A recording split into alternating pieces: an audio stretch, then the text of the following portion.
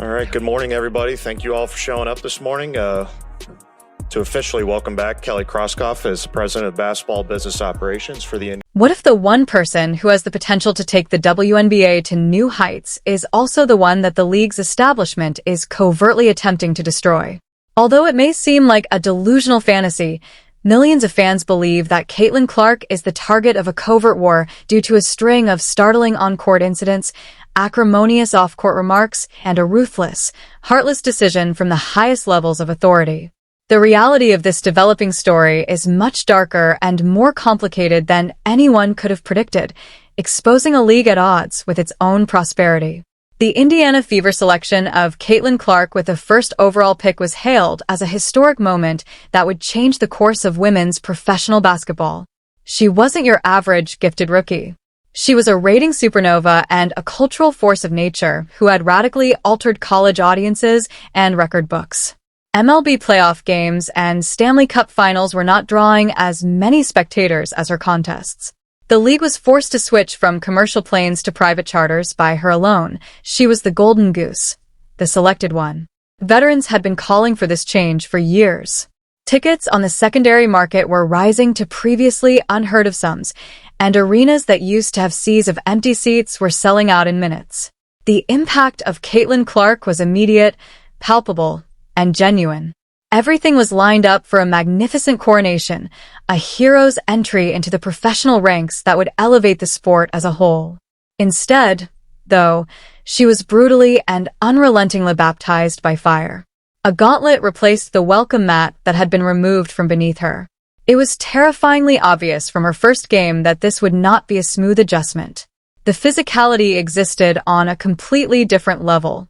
Weren't only taking up space, they were also larger, stronger, and quicker. With each hard screen, shove, and bump, they were conveying a message. However, this was more than just a formidable expert defense. It was so intimate. It was a focused, brutal campaign that appeared to have been painstakingly planned to punish her, confine her, and make her doubt her role in this league. And that unsaid message was about to be conveyed in the most blatant, indisputable manner imaginable, igniting a flurry of controversy that would pull back the curtain and reveal the gloom. Mash the league's bitter underbelly. The blows she was receiving on the court were only the beginning of a worse tale. It was during a heated game against the Chicago Sky that everyone in the sports world understood something was seriously, profoundly wrong. It wasn't a tough box out under the rim or a hard screen while battling for position. Kennedy Carter delivered a brutal blindside shoulder check that had no place in the game of basketball. Carter assaulted Caitlin Clark in addition to committing a foul. A cheap, cowardly, and obvious shot that was delivered far from the ball caused Clark to fall violently to the ground. The world erupted in a unified cry of protest as soon as the play got viral. This was not a moment of welcome to the league. This message was delivered with malicious intent and was an intentional attempt to do harm. Together with her partner Angel Reese's obvious joyous celebration on the sidelines, Carter's arrogant refusal to respond to any inquiries regarding the incident following only served to fan the flames. The deep-seated animosity and hatred that many had feared were simmering beneath the league's surface were revealed by this one horrible occurrence, which came to represent all that was wrong. Fans learned everything they needed to know from the WNBA's pitiful initial response, which was a mere common foul that was only raised to a flagrant one after intense public criticism. The biggest star in the league would not be shielded. Caitlin Clark was by herself. There was more than one player on one team involved in this conflict. The phenomenon spread throughout the entire league. Veterans who believed she hadn't paid her dues or earned her stripes organized the initiative. However, a much more terrifying story started to surface from a place no one wanted to believe, her own locker room, while everyone else was discussing the fall and the league's cowardice. As the season went on, a very unsettling trend emerged that was impossible for professional basketball experts, retired players, and internet detectives to ignore. Arguably, the world's best shooter, Caitlin Clark, would be wide open on the perimeter, hands up, calling for the ball on multiple occasions, only to have her teammates completely ignore her. There was no denying the tape. While Clark stood by himself, passes would be forced into players who were double covered in the paint, guaranteeing 3 points. Now, the Indiana Fever's on-court camaraderie wasn't simply strange. It appeared shattered, broken, and occasionally purposefully sabotaged. Exasperated glances to the bench and frustrated body language. The team became known for its quiet, intense huddles. A terrifying and increasingly convincing conspiracy theory was born out of the discussion that erupted on social media. To keep her stats low and humble her, her own team was purposefully limiting her touches and freezing her out.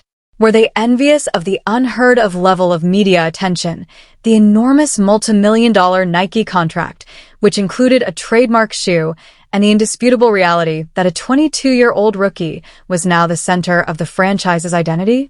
These suspicions continued despite experienced standout Aaliyah Boston's mysterious post-game remarks.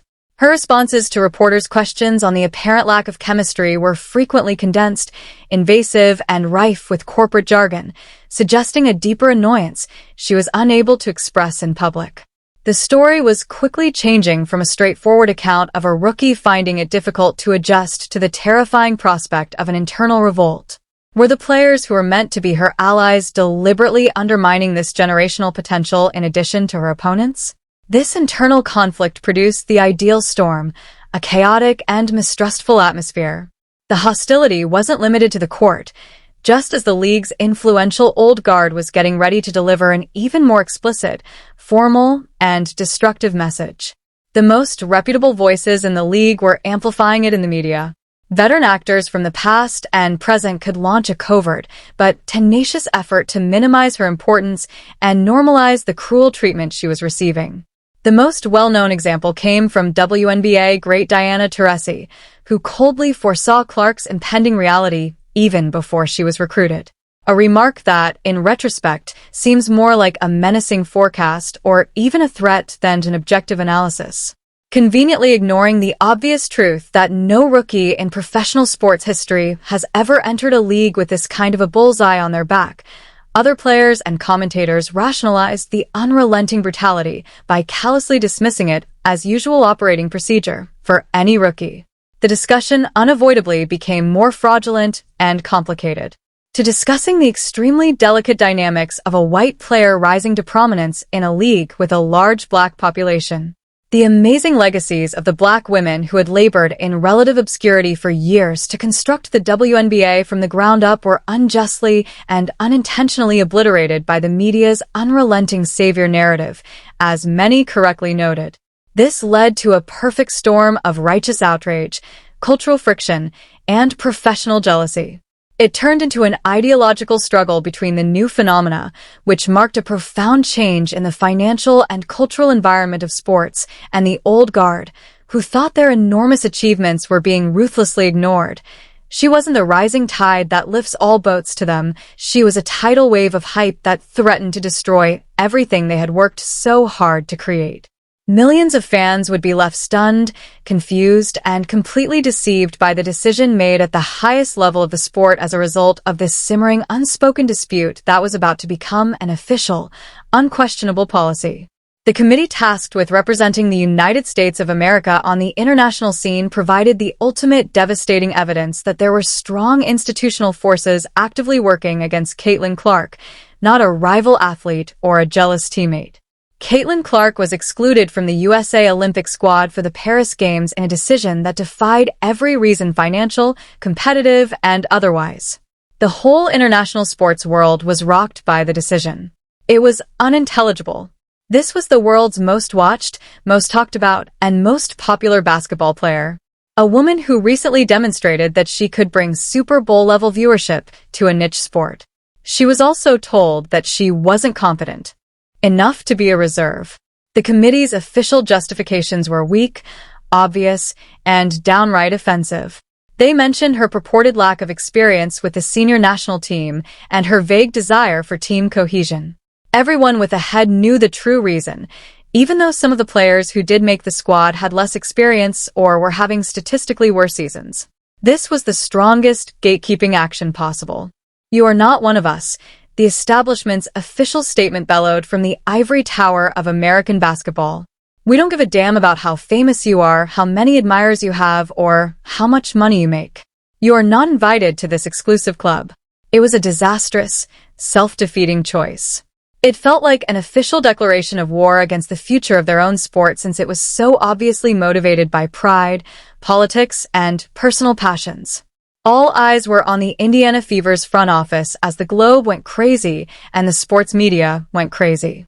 They had just been publicly humiliated on a global scale by their franchise player, their golden goose, and the only source of their renewed significance.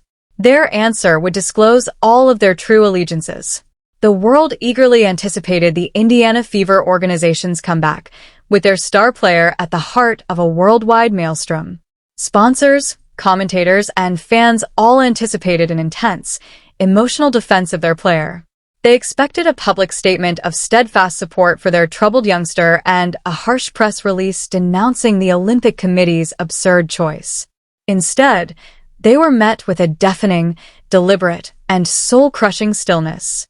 Fever the WNBA season, Caitlin's promising future, and the significance of the long term are the only corporate-approved statements made by President Lynn Dunn and the rest of the front staff. There was no emotion, no anger, no fire, and no fight at all. And the actual awful choice from the video's title was eventually exposed in that terrifying moment of inaction. It wasn't a contentious roster snub or a single hard foul. The Indiana Fever made the tough strategic decision not to fight for their most precious asset.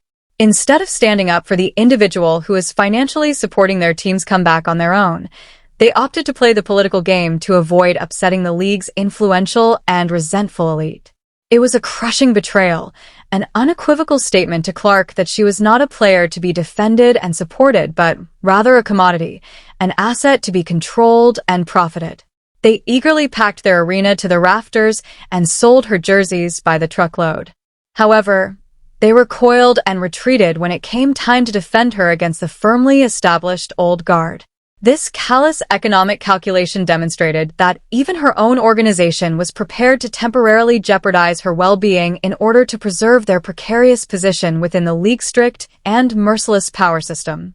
The Olympic snub and this intentional quiet revealed a horrifying reality about the brutal nature of professional sports. A fundamental clash between two strong opposing forces is at the heart of the entire expansive conflict: the inflexible established culture and the unstoppable money machine. The money is Caitlin Clark.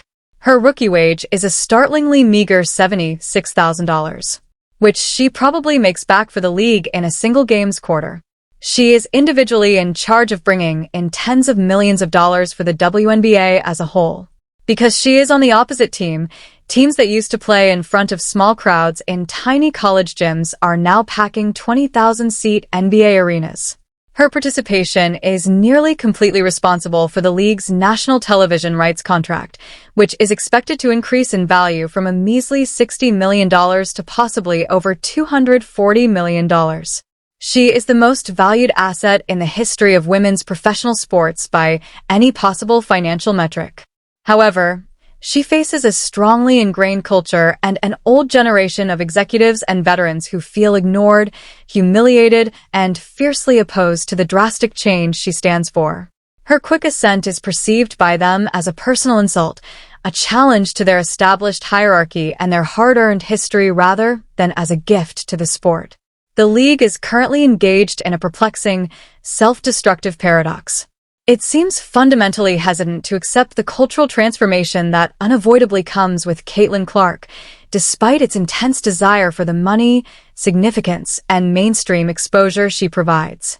From the Olympic Selection Committee to the league's own front office, important decision-makers seem to be putting the damaged egos of a few influential veterans ahead of the long-term financial stability and rapid expansion of the entire business. A league at war with itself, with its biggest star caught in the crossfire, is revealed by this battle, which makes no business sense at all. What does Caitlin Clark's future in the WNBA realistically hold, given her avowed opponents on the court, the possibility of coldness in her own locker room, and the league office's shocking choices that go against its own best interests? One of the most exciting, turbulent, and high-stakes sagas in contemporary sports history is taking place right now. Caitlin Clark is both the WNBA's largest apparent issue and its undeniable salvation. She is a generational athlete with unicorn skill who must contend with a highly physical style of play on the court, intensive media scrutiny, and a larger sports discussion that frequently puts her at the center of opposing narratives. There is no turning back at this crucial juncture for the league. This new generation of superstar visibility contributes to unparalleled growth, worldwide recognition, and significant financial expansion. The other route is one of custom, established hierarchy, and opposition to quick change. There won't be a single plot point or choice that determines what occurs next. It will depend on how the league, its players, and its supporters handle the conflict between embracing the momentum of a new era and maintaining what has been established over decades. A route that might alienate millions of new fans, waste a once-in-a-lifetime chance, and mishandle the biggest gift the sport has ever received. What's left is a terrifying question. Is the WNBA elite eager to ruin its own